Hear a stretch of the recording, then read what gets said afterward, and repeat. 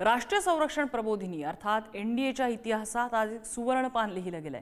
76 वर्षात पहिल्यांदाच मुलींची संपूर्ण तुकडी एनडीएमधनं उत्तीर्ण झाली आहे। भारत मातेच्या या 17 कन्या लवकरच सैन्य दलात अधिकारी म्हणून रुजू होतील आणि देशसेवा करतील। त्यांच्या कुटुंबियांसह संपूर्ण देशासाठी हा अभिमानाचा क्षण ठरलाय। पाहूया त्या संदर्भातला हा रिपोर्ट।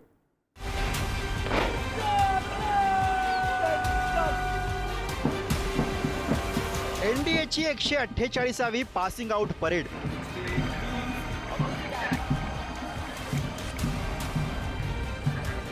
पुण्याच्या खडकवासला इथल्या एनडीए परिसरातली यंदाची ही परेड खूपच खास ठरली।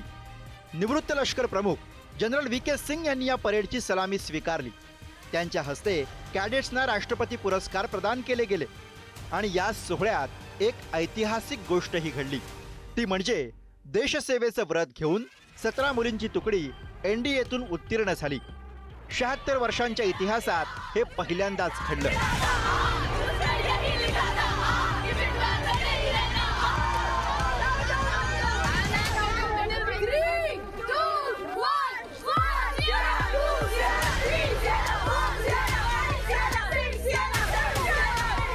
मुलांच्या बरोबरीनं या 17 मुलींनी सुद्धा 3 वर्षांचं खडतर प्रशिक्षण पूर्ण केलं।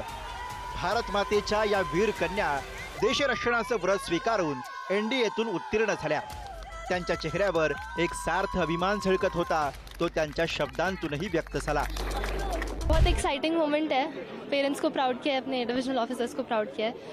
मेरा मेन मुद्दा था इस अचीवमेंट को डेडिकेट करना कि जो फीमेल ऑफिसर्स हैं जिनने हमारे लिए बहुत सारा स्ट्रगल किया है, उनके लिए मैं डेडिकेट करूँगी अपनी अचीवमेंट और उनकी लेगेसी कैरी फॉरवर्ड करना ही आईएमए में मेरा सोल है।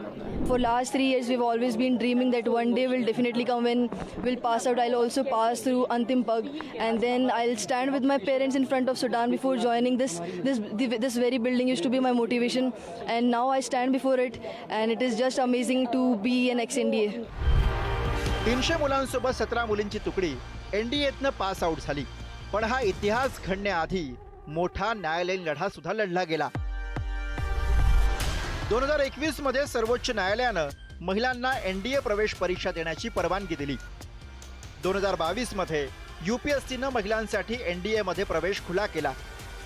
2022 मध्ये एनडीएच्या 148व्या कोर्समध्ये 17 महिला कॅडेटची पहिली तुकडी दाखल झाली। मुलांसोबत या मुलींनी 3 वर्षांचं खडतर प्रशिक्षण पूर्ण केलं। या महिला कॅडेट्स लवकरच लष्कर, नौदल, हवाई दलामध्ये अधिकारी म्हणून रुजू होतील। पाकिस्ताननं पोचलेल्या दहशतवादाविरोधात भारतानं नुकतंच ऑपरेशन सिंदूर राबवलं। यातही प्रामुख्यानं विंग कमांडर योमिका सिंग आणि कर्नल सोफिया कुरेशी यांच्या रूपानं अख्ख्या जगानं भारताची नारी शक्ती पाहिली आणि हीच शक्ती आता या एनडीएतून उत्तीर्ण झालेल्या 17 वीरकन्या वृद्धिंगत करणार आहेत। ब्युरो रिपोर्ट, पुढारी न्यूज।